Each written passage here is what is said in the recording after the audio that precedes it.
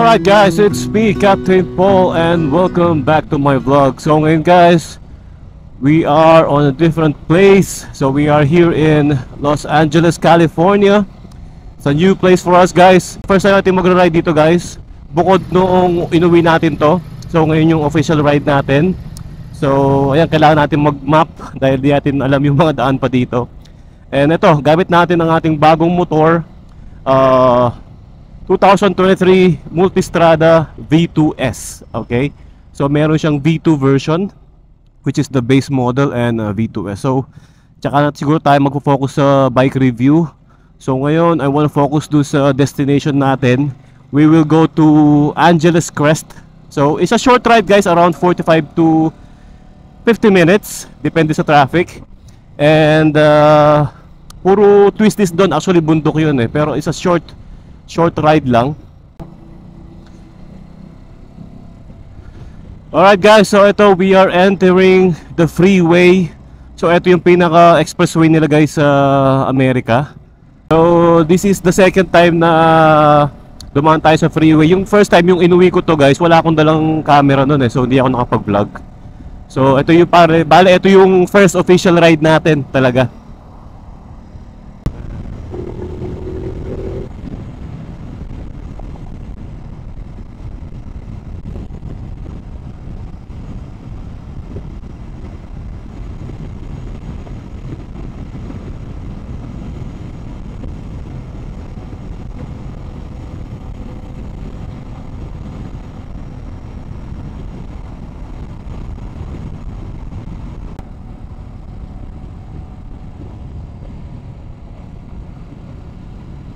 Mas matindi pa rin talaga yung mga daan sa Pilipinas guys. So dito marami siyang corners pero wide, malalapad, unlike sa Pilipinas na talagang very tight yung mga twisties doon. Mas challenging talaga pag galing ka ng Pilipinas guys. Mas challenging yung mga bangkingan doon. Pagdating mo dito, I mean easy ka na lang. So ito na yung start ng mga bankingan guys. Ayun, ang daming mga riders din Ayun na. Ito na yung start ng bankingan. Marami ng stoplight talaga dito. So kaya you have to be careful. Ayan, go.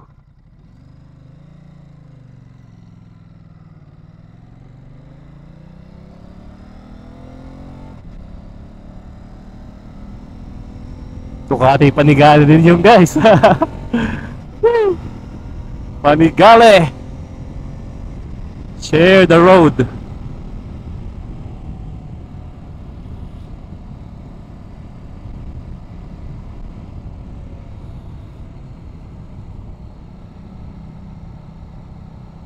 Sarap yung i-banking o effortless.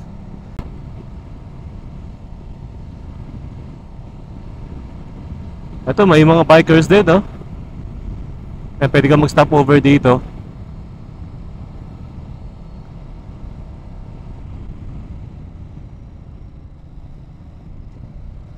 Woo! Parang Baguio lang. Parang Baguio lang guys. Pero maganda yung daan Ganda ng daan nila, pinong-pino.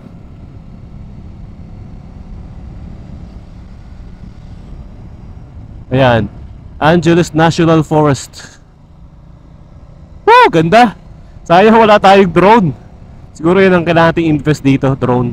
Dahil marami talagang magagandang scenic view dito sa California. We're on third gear, 40 miles per hour. Pwede tayo mag-stop over dito for a bit, just to check the view bago tayo pumanik guys. Look at the view guys. Look at the view. Shit, nakakalula Pag nahulog ka dito, patay ka talaga. Ayan guys.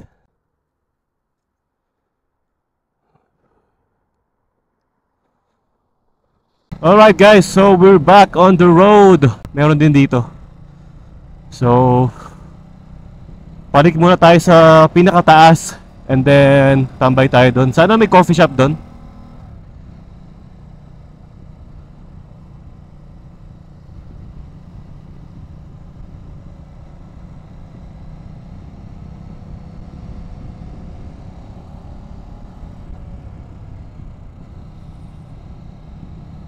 Ang ganda ng kapit ng gulong ng Pirelli. And I like the brakes, guys. Itong Brembo Master Cylinder and M40 na 4-piston calipers. Napakakapit. Yan, naka-hydraulic clutch na rin tayo. Brembo din. So, yeah, gagawa nga tayo ng full detailed na vlog dito sa ating motor. Bike review, I mean. Ayan, shoutout nga pala Team Poison. Siyempre, namimiss ko na yung Team Poison, guys. Yun ang grupo natin sa Pilipinas. Marami rin tayong rides na pinagsamahan. So, siyempre, kahit na wala na ako dyan, but still Team Poison forever.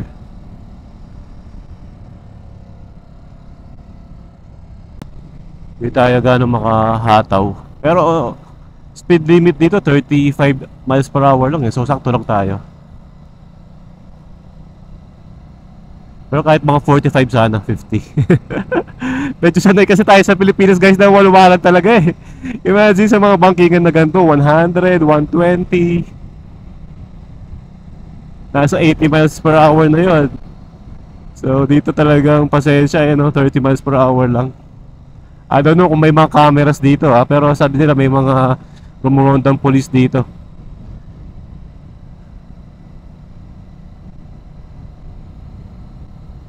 Sarap i-banking. Effortless.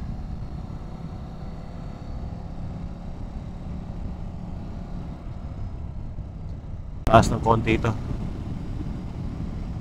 Third gear nga lang tayo. Hindi tayo pwede mag fourth gear kasi ma-overgear tayo eh.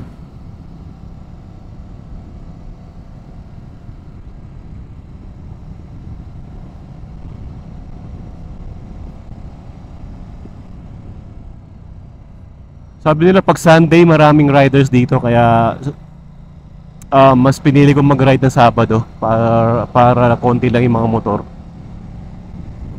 Kasi marami rin ako napapanood na naka-sports bike dito na nagbe-banking eh.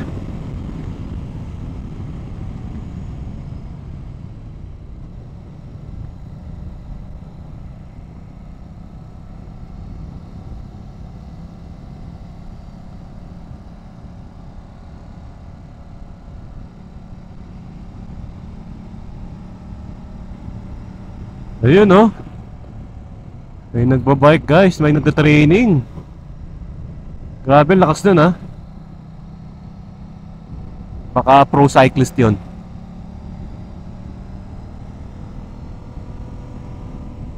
May Ferrari sa likod natin, guys. Ayun oh, Ferrari.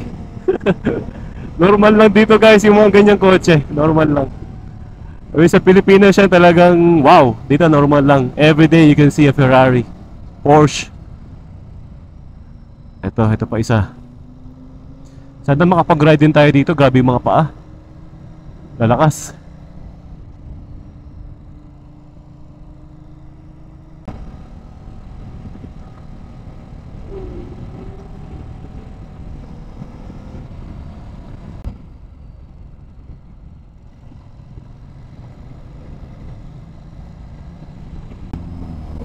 Ayun oh, BMW GSA, baby.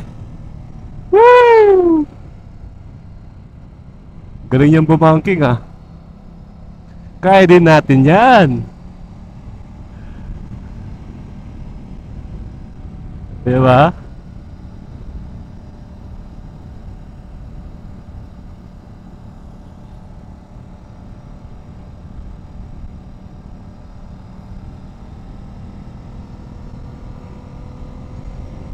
Grabe, guys, ang ganda talaga dito. I cannot believe na nakakapag-ride ako ngayon dito.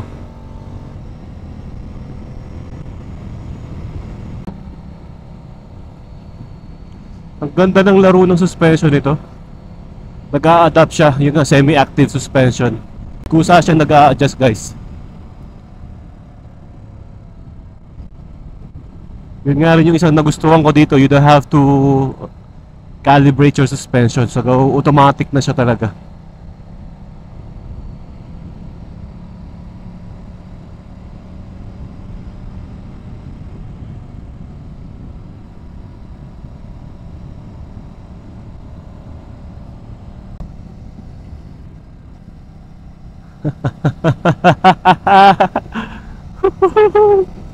Sarap!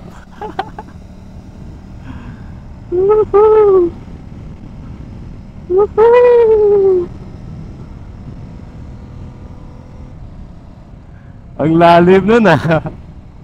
Yun yata yung yun yata yung isa sa mga pinakamagandang ano dito. Mga naka-Harley to oh.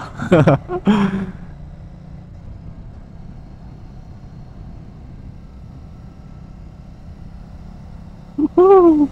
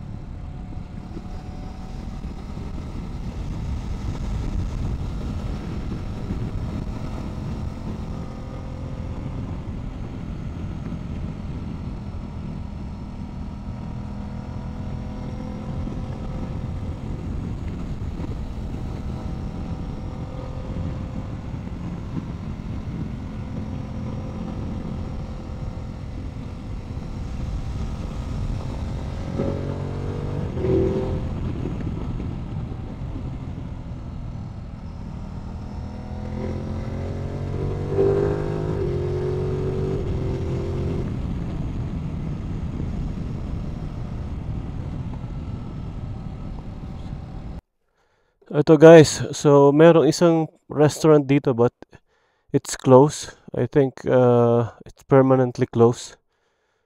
Kasi nakatakip na yung mga salamin niya but syempre magdidikit tayo ng sticker natin guys. Saan kaya natin pwedeng idikit dito? Syempre ayaw natin takpan yung iba. Maybe here. Right here. Pag ganun. Yan. Captain Paul Motovlog. Ayun oh. Alright.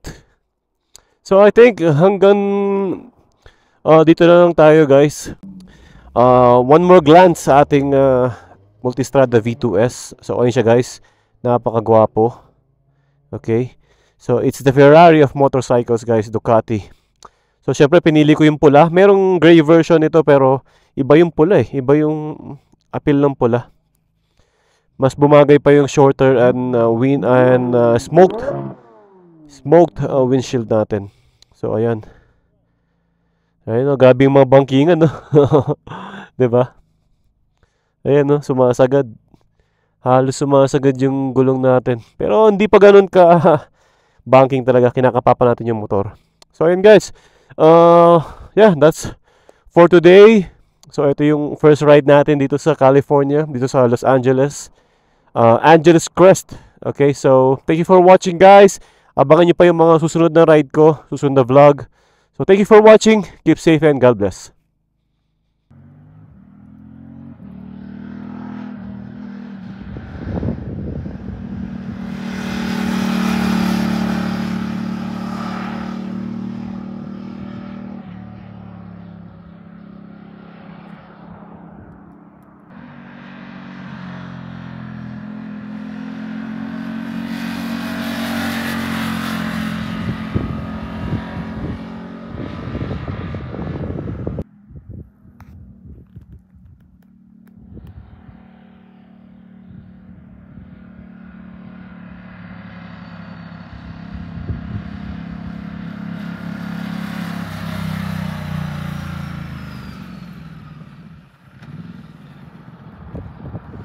I don't ever slow up, no I don't take shit. I got no love for the fakeness. If you wanna play tough and wanna hate this, I'll always show up.